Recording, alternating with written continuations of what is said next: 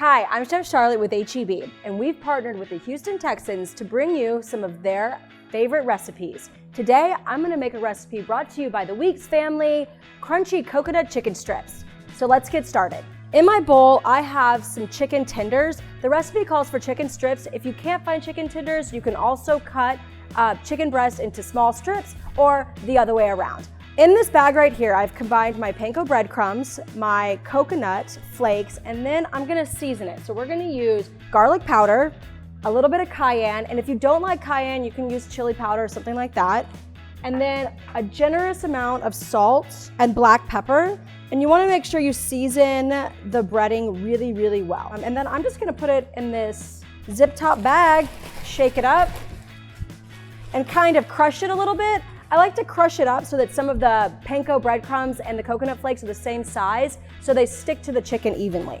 All right, so when this is done, once we've smashed it up, we're gonna transfer this into a shallow dish, like a Pyrex baking dish or something like that.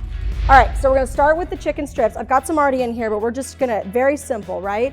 We're gonna dredge into the egg, and then we place it into the breadcrumbs, and then with the other hand that's dry, we cover it like so. And that way, this hand doesn't get covered in breadcrumbs, see? And then you're just gonna continue this step until all the chicken is done. There we go. Now we're gonna take our chicken to the stove and we're going to shallow fry it. So we're ready to fry our chicken. I'm gonna set our heat to medium-high flame, and I'm using cast iron. I like to fry things in cast iron because you get better heat regulation and more even cooking that way. I'm gonna add a little HEB grapeseed oil. You can use vegetable oil, canola oil. So we're gonna do about 6 to 8 minutes per side, depending on the thickness of the chicken. You might have to adjust the temperature or the flame on your stove if they start to burn a little bit.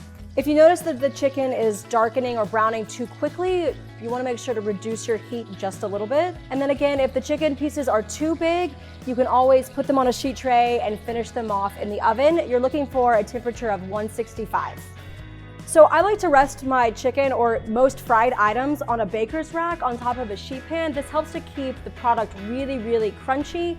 If you have a baker's rack that you use for cookies, that's perfect. Now, we're going to plate up our chicken strips, and I am gonna serve my chicken strips with a little bit of sriracha and some sweet pickles. And there it is, crunchy coconut chicken strips. A big shout out to the Weeks family. Thank you for sharing your recipes. And folks, don't forget to tag us and post all of the beautiful things that you make at home.